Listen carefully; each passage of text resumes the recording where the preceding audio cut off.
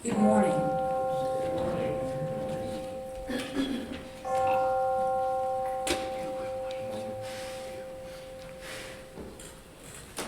Good morning. Would you please open your hymnal, and in the front we have the hymn of the statement of name.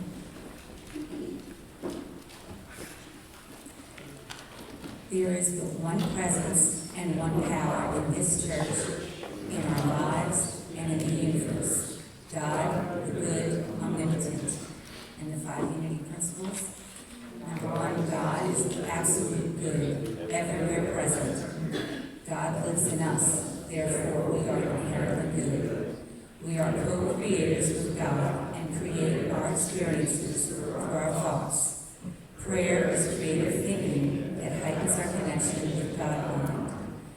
It is not enough to simply know these principles. We must live the truth we know. Would you please stand for the first hymn, hymn number 2, the Lord's Prayer.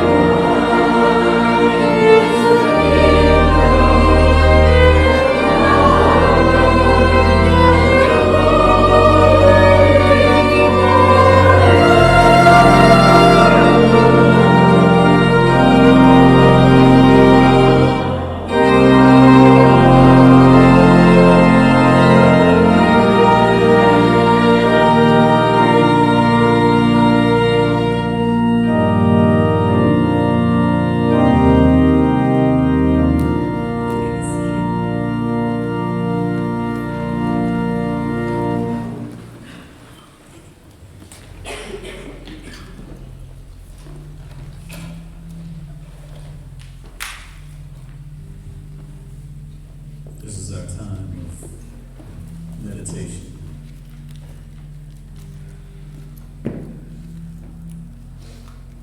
Where we move into that silent space that's within.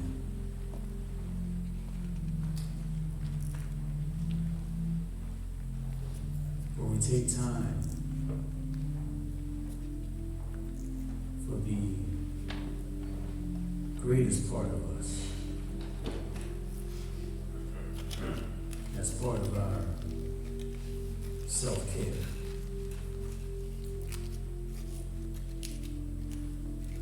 Where we give love to ourselves.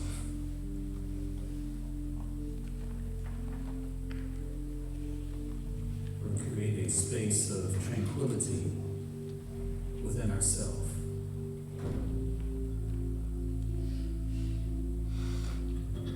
Knowing that whatever is created in these beautiful moments of peace and tranquility is expressed in our outward expression.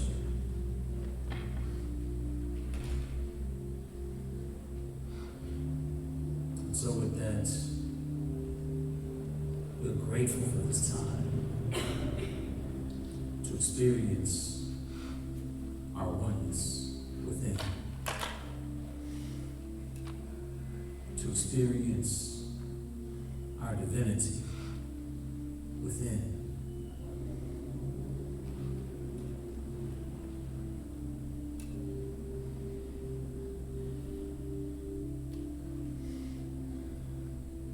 So be still.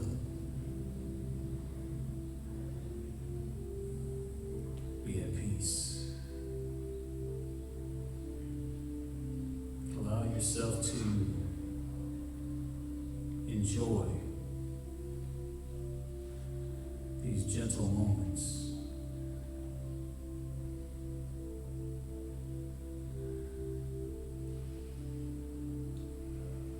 For in this sacred space within, there's a shining light. A shining light within. And as we move into this space, as we experience these gentle, peaceful, tranquil moments, we feel exposure to the shining light, this God light.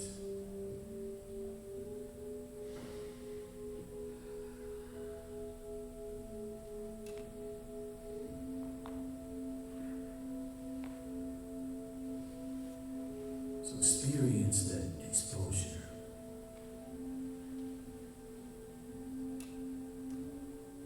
Of the divine presence within. Allow it to regenerate you. Allow it to invigorate you.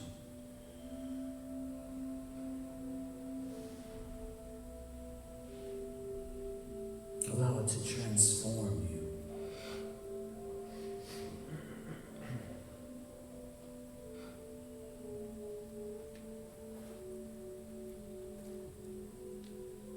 For indeed, there are so many beautiful aspects that are within you that are awaiting your attention and the light of your awareness, waiting for you to take notice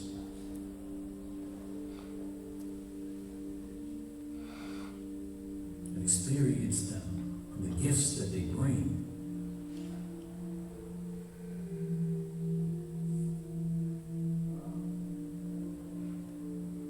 There's so many gifts, so many inherent abilities,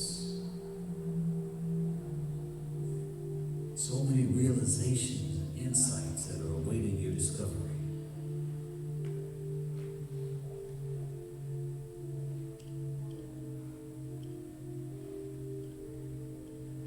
Indeed, it would take numerous lifetimes to explore what is within you.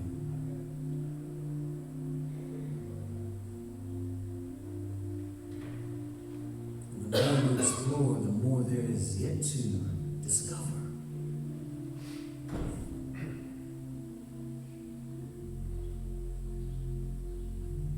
Never-ending discovery.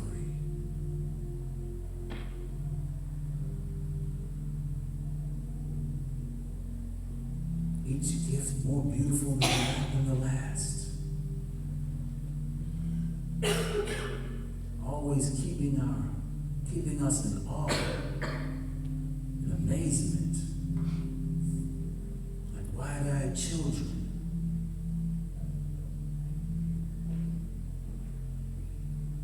At all of the wonderful worlds there are to discover within you.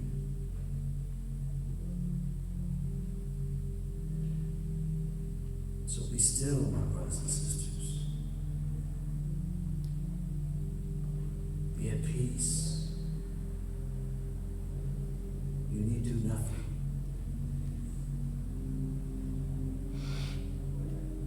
Everything is within you.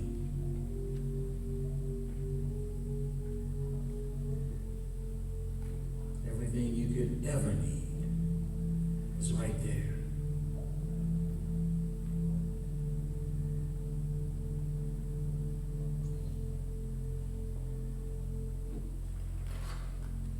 And in this space, we only need set intention. We do not have to know where to look. We need only set intention.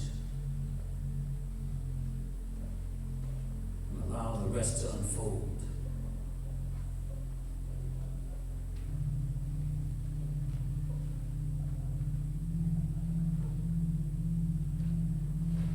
So be still, my brothers and sisters.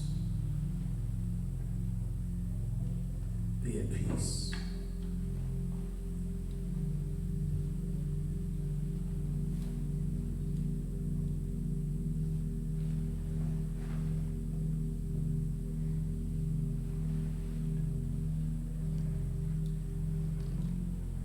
Allow yourself to experience this vast space just a few moments longer.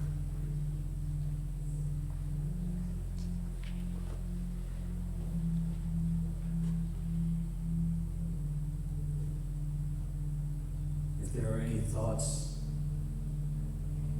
that spring up in your consciousness,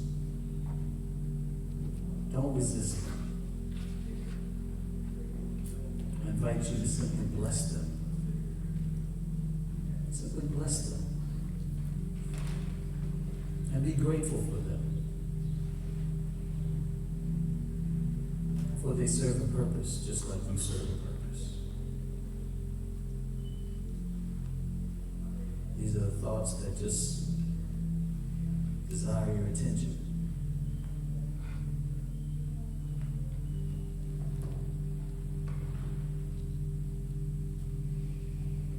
Just tell them, peace, be still.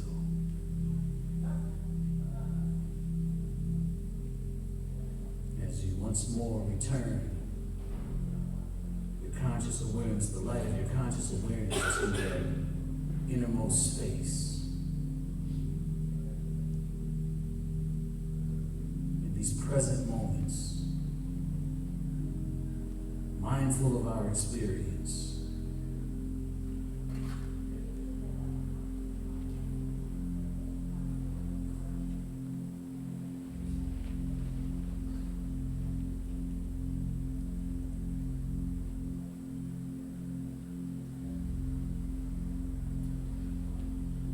So as we are enjoying these tranquil moments, I invite my brothers and sisters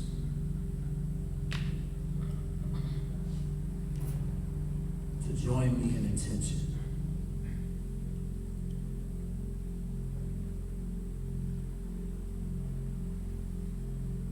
For this message, today's message. Join me as I align my consciousness with spirit.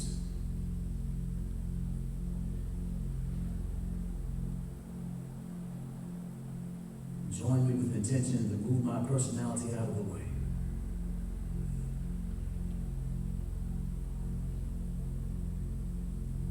Join me in gratitude.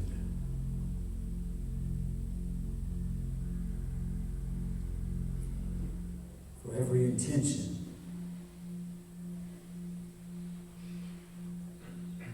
automatically sets things in motion. Every prayer is instantly answered.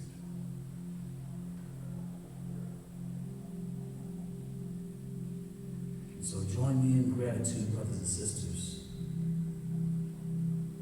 that it is already done.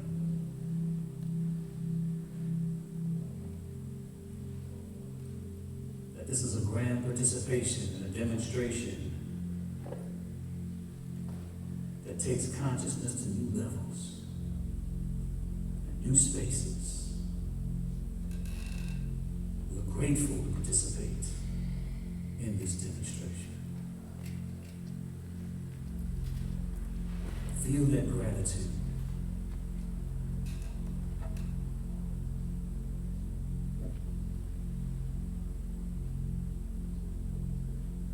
feel it right here, right now. In the man after the loving nature of spirit. The abundant fountain and source of all of our supply. And so it is. Amen.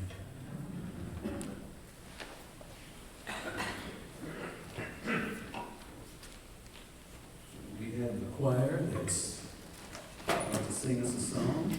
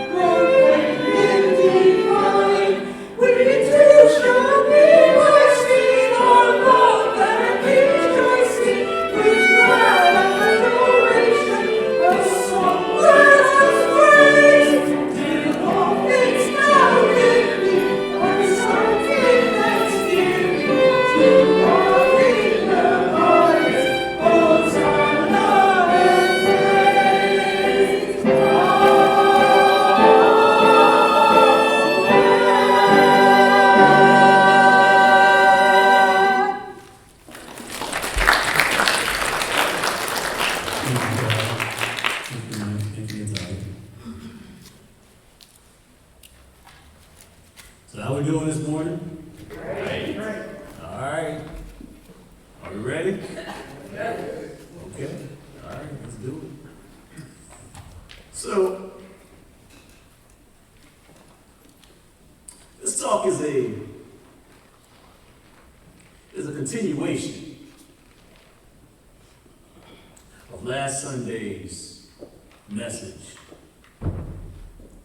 Recognition, disrupting the loop. This talk is entitled The Decision. You know, oftentimes we find ourselves focusing on our decisions. And, you know, what's really interesting is decisions are really a surface type selection. It is like a surface type consciousness. It is something that is rampant in our society as far as where we are focusing our consciousness. Last Sunday, I talked about the constructs that go into creating our experiences. Constructs. This Sunday, we're going to take it a little bit further as we talk about how these constructs are created. You see, because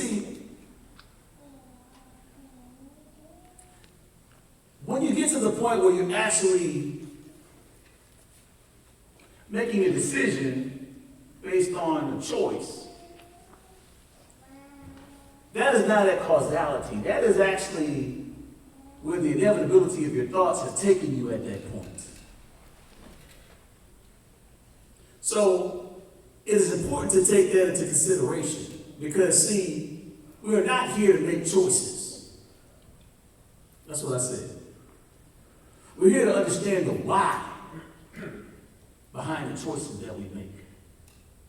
We're here to understand why we make the choices. It is the why that gives us a better understanding of the greatest subject that we will ever have, which is ourselves. The why. In truth, the majority of our decisions are already made. About approximately 90%, if you take out the decisions as far as, what to wear, what to eat, some of those types of decisions, the majority of our decisions are truly already made for us because our unconscious mind already has all these ideas that we have about ourselves. And so what it does is those ideas that we actually have create a coordinate of where we see ourselves. And based on these coordinates, our unconscious mind makes alterations, like a plane on autopilot. And even though this plane could go through turbulence and there's a little wind this way, that way, it will automatically adjust the ailerons and everything to make sure that that plane stays on course to where we see ourselves. These are all decisions, you see, but these are unconscious decisions that we're not even aware of, you see. So again, I say it's important to understand the why we make decisions. When we actually get to the point where we're actually making a conscious decision, it's important to understand the why behind it. Because on the decision level and the choices, as far as choices, choices just come with curriculums. And I'm going to get into that a little bit later. But they just come with curriculums. It really, honestly, doesn't really matter what you choose. There's always a curriculum with it. Whatever you choose, there's a curriculum. It's just a curriculum. But what got you to this point where you're actually making a choice, again, is the inevitability of your thoughts. Now, what we have working against us right now is like we just went through a pandemic of COVID-19. But in truth, we've been going through a pandemic all our lives as far as the status quo consciousness, world consciousness. And this has done more to impact our people as far as keeping us in states of fear, dumbing us down, having us susceptible to sickness and illness, than anything that COVID-19 could ever possibly hope to ever do. Status quo consciousness. So let's talk about that a little bit. Because it's like a virus. And so many of us were indoctrinated in this way of thinking. And there are a lot of aspects of status quo consciousness, of world consciousness. And I'm going to just briefly go through some of them. For example, appearances. Being stuck on appearances. Focusing on appearances, not just of a person, of the situation. There's the surface level, as far as what it appears to be, and then there's at the root of it. And see, when I talk about the whole why is at the root, the decision is on the surface. So, Other aspects of status quo consciousness, external seeking. When you don't perceive something is within you. Whatever, now you have to find it, and you're thinking that you can find it somewhere out there. These are aspects of world consciousness. There's so many of our brothers and sisters who are attempting to find love, not knowing that they are love. Love lives within them. They're trying to find companionship because they feel that there's an absence of that, not knowing that they're never alone, that Spirit is with them at all times. That every day you wake up, you've been given exactly what you need. But when you don't see that, then you go searching. A lot of our brothers and sisters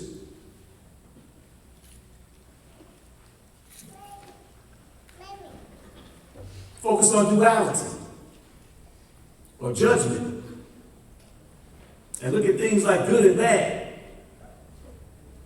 And so, you see, the reason why all of these things help to generate fear is because we don't find ourselves in these spaces, you see. You see, we're not finding ourselves in these spaces if we're not seeing that love is within us. We're not seeing ourselves, you see. When we're looking at situations like a good and a bad, and we're looking at things like a duality like that, then, we're not understanding that there are aspects of us that are not conventional, that we're mislabeling as bad, you see. And when we mislabel these things as bad, it creates a not knowing ourselves, you see. That's another part of how it generates us being afraid. Because now we don't even know who we are, you see. We don't really know how beautiful we are. Because now we're indoctrinated into this type of thinking, you see. And thinking that the conventional is the good. And so we try desperately to be in the conventional, you see. Because, we're good people and we are good people. You see, but we don't have to fit in any type of conventional. These are things that create the constructs that then lead to the inevitability of choices and decisions. A lot of our brothers and sisters are afraid of being uncomfortable. So anything that's uncomfortable, we have a bias against it. We have a bias towards comfort. So there's so many aspects that lead to our growth and development that are in the uncomfortable. And so when we're biased towards the comfort, we don't recognize it, you see. All these things together create fear. That's what they do. They create fear. All these things insidiously work together to create a fearful society. And see, when we get fearful, we dumb ourselves down, you see. Our cortisol levels are raised at this point, which lowers our level of intelligence, our intellect, you see. So now we're not thinking clearly. And so now we're looking for someone to save us. And so then when we see things on TV and telling us you want to be safe, you want to be safe, you want to be safe. And so like sheep, we run here and there so that we can be safe. Does this sound like limitless beings to you?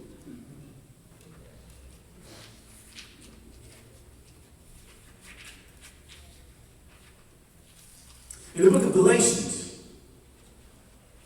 chapter 4, verses 22 through 23, Paul talks on this. Paul touches on this. He said, for it is written that Abraham had two sons. I gave this scripture once before. Abraham had two sons. One son, the son of a slave woman, the other son, the son of a free woman. And the son of a slave woman was according to the flesh. That's what they called the flesh, but they were talking about the intellect. The son of the free woman was born of the promise. So metaphysically, what that was talking about, or what he was talking about was, see, there was a status quo consciousness back in his day as well. And see, that status quo consciousness keeps us a slave. When we align ourselves with status quo consciousness, we have a choice. We can align ourselves with status quo consciousness. And that puts us in the effectual realm. The effectual realm is not where causality is. That is not where things make things happen. That is where the results of things happening take place. It is causality where things make things happen. It's causality that makes things happen. And so that is where you are free, because now you are literally creating the world that you choose when you are in causality, when you are going within, when you are looking within for your companionship. You know that spirit is your companion. It doesn't mean that you don't appreciate having a physical companion, you see, but you're not looking at an absence. See, there's a big difference between that. There's a huge difference between seeing an absence, and so now your mind is basically focusing on a lack, and now you need something to fill that lack, and just seeing something as just a blessing, as an added blessing. Not that you're lonely, because you know that you're never alone. But yeah, you appreciate this companion, whoever this companion may be. It doesn't mean that you don't desire love, but see, if you're not giving love to yourself, which is in the causality, which is being in the causal realm, where you're actually giving love to yourself, and you literally are creating a world of love at that point, because you're giving love to yourself. And so you're not perceiving an absence, where now you have to go find it. You desperately have to find it, and now you have time ticking, the inevitability of time, which exacerbates the situation. Now you feel like you're running out of time. You see? One is of the slave person, is of the slave mentality. The other is of the free person. Now see, our curriculums that come from the choices, these are our saving graces. And why these are our saving graces is because, see, like I was saying, that the status quo is like a virus. But see, these curriculums, they help to make us immune, to immunize us to status quo thinking. And see, what they do is, it doesn't matter what people say, this generalized idea, what people say about this or that, or this is good or this is bad. Because see, once you actually go through something, through your curriculum, once you actually go through it, you see, you have an intimate understanding of what is true. See, yeah, there's this general consensus, and then there is what you've gone through, you see?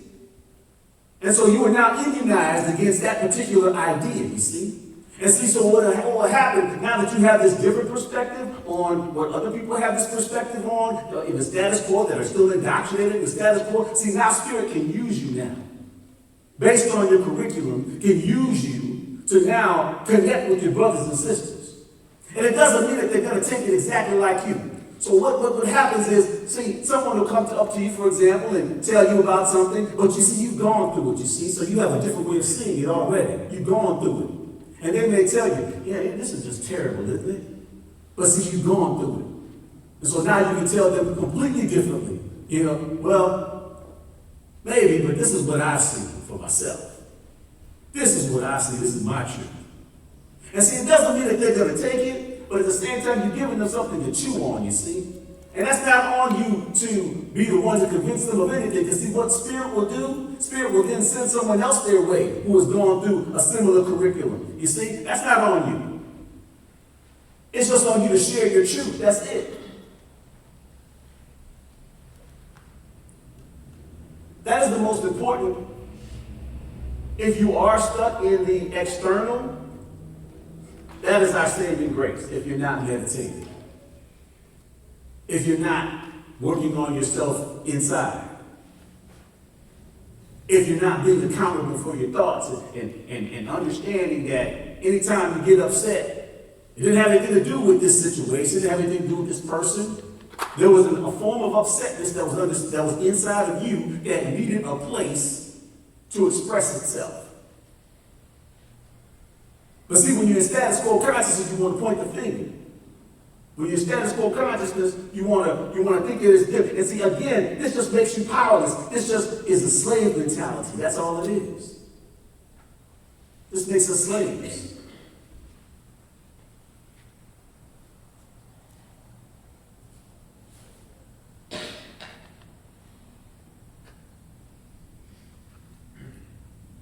So, I would turn it around. How do we turn it around? Let's get right to it. Well, the first thing is about developing a mindset, a healing mindset. A healing mindset. And in this mindset, it's important to understand a few things.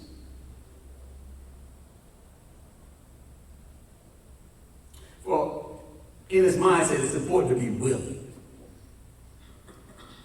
It's important to be willing. So it's important to be willing to want to free your mind. You don't have to know how to free your mind. You don't have to know the end result. When you are willing, you set a new thing in motion that brings about its manifestation, its inevitable manifestation at some point. When you are willing, there are opportunities that begin to present themselves to you, just when you're willing. You don't have to know how. See, status quo wants you to think that you have to know how. And then you get upset, because you don't know how, But no, I'm telling you, a divine being does not have to know how. A divine being just needs to be willing. So to be willing first, to free your consciousness from that form of thinking. A willingness to be accountable and honest with oneself. See, that's kind of difficult right there. Because see, once you actually start on this journey, you're going to discover some things that are going to challenge you as far as wanting to be honest with yourself. Because you have certain defense mechanisms deep down inside, we all do, that prevent us from seeing certain things about ourselves. They prevent us from seeing it. So it's going to be difficult. So you're going to need that willingness. You're going to need that willingness as far as to be accountable and to face things that you haven't faced before. And it also takes a willingness to meditate. These are higher order teachings now. If you're not meditating, you're going to struggle. I'm not here to tell you what to do. If you're not meditating, you're going to struggle. It's going to be a struggle. I'm not saying you can't do it, because a limitless being can do anything. It's going to be a struggle. And a willingness to exercise constant gratitude. Constant gratitude. See, this is how we get proactive. Even though we may not know what to do per se, these things set things in motion to begin to bring about their eventual manifestation. The next thing it takes is an understanding. An understanding. An understanding that, for example,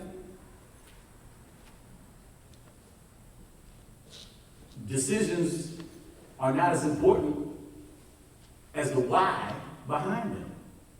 That's important to help keep us on the right track. Where we're not sitting up here looking at making a decision and then going down this path. No, we want to go on a path, but we want to go on a journey within. So the why is what takes us on a journey within.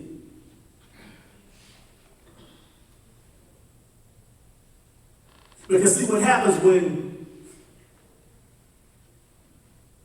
we don't try to go on this journey within, that's what I was talking about in the last talk. We just stay in these perpetual loops. And even if we say, well, in these externals, well, I don't want to be with this person anymore. Well, it didn't have anything to do with that person as far as you attract that person. You're just going to attract another person similar to that same person. Well, I don't want to be in this situation. I want to move to another city, for example. Well, it didn't have anything to do with that. You know, you just basically attract basically the same situation in another city. That's all that's going to happen. You know, same thing. You know, because that autopilot, again, because of those unconscious decisions that your unconscious mind is already making, because of how you see yourself, it's constantly adjusting, constantly, no matter what city you are, no matter what relationship you're in, it doesn't matter. So it takes an understanding, because this helps keep you grounded and focused on the within, on causality, on where your power is, on where your freedom is. It also takes an understanding that mistakes are not bad. Mistakes are beautiful. Mistakes are some of the greatest things ever. Okay? Mistakes are how we create masterpieces as far as our lives. Mistakes. It is only in human consciousness where mistakes are demonized. Everywhere else, scientists in science, research, mistakes, they have to make mistakes in order to invent. It's only in human consciousness where it's demonized. So, and that's what status quo teaches you. To be ashamed of your mistakes, you see? So what happens then is, see, now you don't want to do anything now. See, now you're frozen now. Now you're afraid and you're frozen. You don't want to make any decision now. You see? So it's important to understand these things and take these things into consideration, that mistakes are a primary way for you to evolve. That is the number one way. Trial and error is the number one way that any one of us is going to evolve and experience the life that we deserve. But you have to get all that in your mind as far as in your understanding, which is in the understanding part. First thing is the mindset. Number two is the understanding. You have to get all that in your mind as far as the understanding part. Now, the third part is investigate. Now you investigate. But see, now you're investigating, see, with the mindset. Now you're investigating with the understanding that there's nothing out there that can do anything for you. So now, where are you going to investigate? You're going to investigate right here. So you begin at that point to begin to question, the decisions you make. You begin to look at your decisions in a whole new light, a whole new perspective. You look at what state were you in when you made this decision? What were you thinking? What were you feeling? What was your experience at the time leading up to the and you will begin to meditate. The next thing is you meditate. So you meditate on it. You take that same intention into the silence. You take it into the silence. And you allow it to come. A lot of times these thoughts will just pass right by you in real time while you're just sitting there in the silence. The more you sit in the silence, the more you'll have opportunities for these thoughts to just drift by. And they'll shock you when they do. The next thing is ask spirit. Ask spirit. Have this be a whole part of your investigative cycle. Ask spirit. Take everything to spirit. Take everything to spirit. No matter what it is. Don't be ashamed. Don't be afraid. Take it to spirit. Spirit is not judging you. Take it to spirit. Ask spirit to tell you in terms that you understand. And the next thing, the last thing in that investigative cycle is show gratitude. Give gratitude immediately. Don't give gratitude once the answer comes. Give gratitude immediately. Because see, gratitude is like that. See, when you give gratitude ahead of time, you actually set the stage in motion for its manifestation. So give gratitude for the answer. Give gratitude for the experience that you're going through. Knowing that it's going to lead to your highest good. Knowing that there's going to be realizations that you're going to experience. Thank you so much, Spirit. I am so grateful.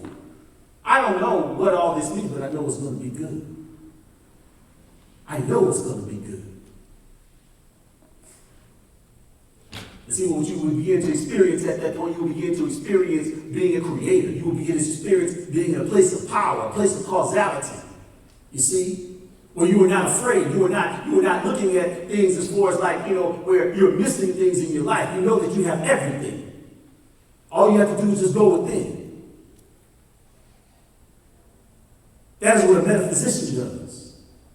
That's what the Fillmores taught about being metaphysicians.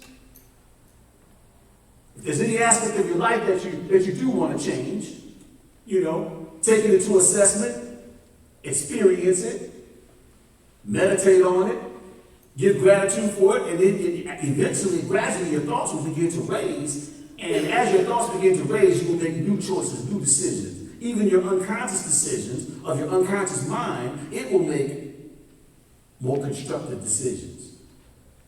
And you will see more constructive things manifesting into your life. Everybody with me so far? Okay. All right.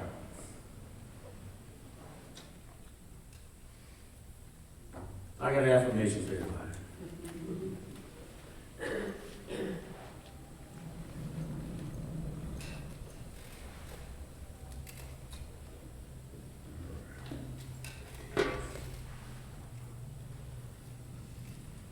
Everybody repeat after me. With every breath I take, I am bringing greater and greater insight into my life. One more time. With every breath I take, I am bringing greater and greater insight into my life. Brothers and sisters, you are the light of the world. Now go and be that light that your Father and Mother God intended for you to be. Thank you.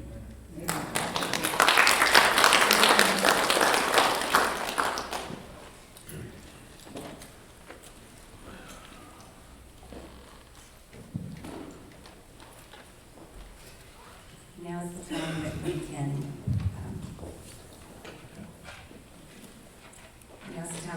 show our love and appreciation for this ministry with our tithes and offerings.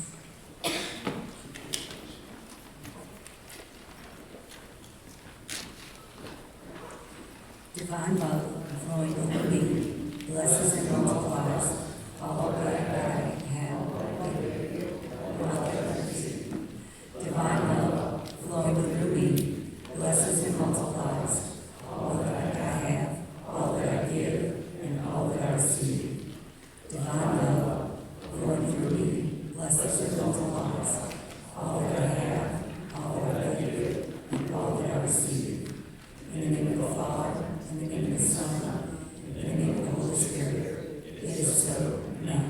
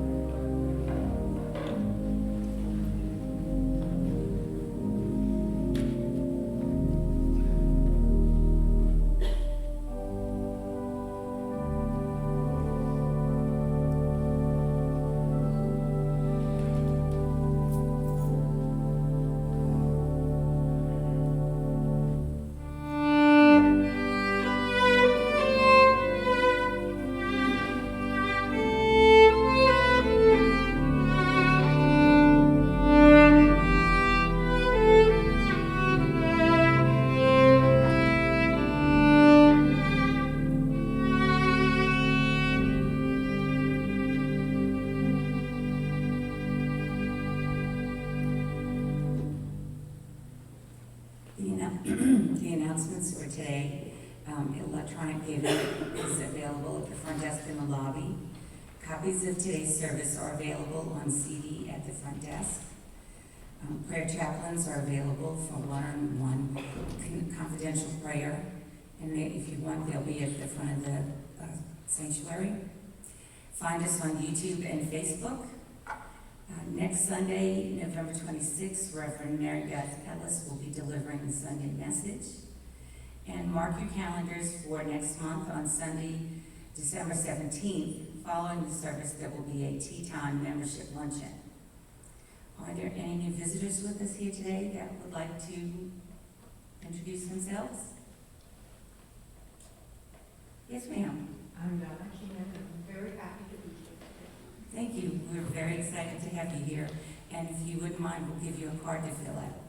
Somebody gave it to her already. Oh, yes, I'm sorry. Good morning. I'm Susan Mecklin, and I'm very glad to be here. Great, we're very grateful to have you. And did somebody give you a card yet? We'll get you one right after the service. My name is Susie Miller-Abinger, and I've been coming to Unity on and off for about 20 years. Right now I'm part of the Welcome Committee. And let's say our prayer for protection. The light of God surrounds us. The love of God enfolds us. The power of God protects us. The presence of God watches over us. Wherever we are, God is, and all is well. And now, please, would you be in the while we are absent